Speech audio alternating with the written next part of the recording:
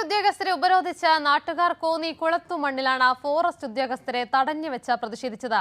കാട്ടാനശല്യം രൂക്ഷമായതോടെയാണ് ജനങ്ങൾ സമരം നടത്തിയത്.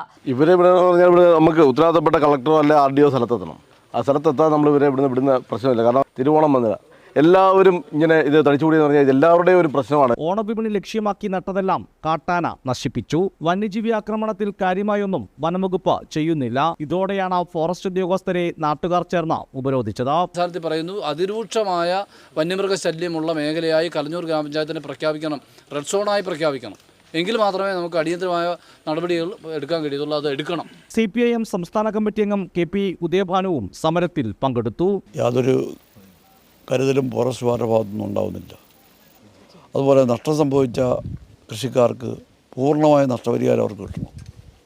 അടൂർ RDO ബിനുരാജിന്റെ മധ്യസ്ഥയിലാണ് സമരം ഒത്തുതീർപ്പായത്. ഔട്ട് പോസ്റ്റുമായിട്ട് ബന്ധപ്പെട്ട കാര്യത്തിൽ ഒരു താൽക്കാലിക ക്രമീകരണം വീട് എടുത്തു കൊടുക്കാൻ അവർ 2 ജീവനക്കാരെ അത് റെഡിയാണ്. മറ്റൊന്ന് ഈ പറയുന്ന ഫെൻസിങ്ങിന്റെ താൽക്കാലിക ഫെൻസിങ് അവർ ഇന്ന് തന്നെ എക്യുപ്മെന്റ്സ് എല്ലാം ഇറക്കും. പിന്നെ ഓപ്പൺ ടെൻഡറിലേക്ക് പോകാനുള്ള ഫയൽ കളക്ടർ അപ്രൂവ് ചെയ്തിട്ടുണ്ട്. അപ്പോൾ അത് എത്രയും പെട്ടെന്ന് അത് ചെയ്യും. ജനപ്രതിനിധികളടക്കമാണ് സമരത്തിൽ പങ്കെടുത്തത്. കൈരളി ന്യൂസ്, പത്തനംതിട്ട.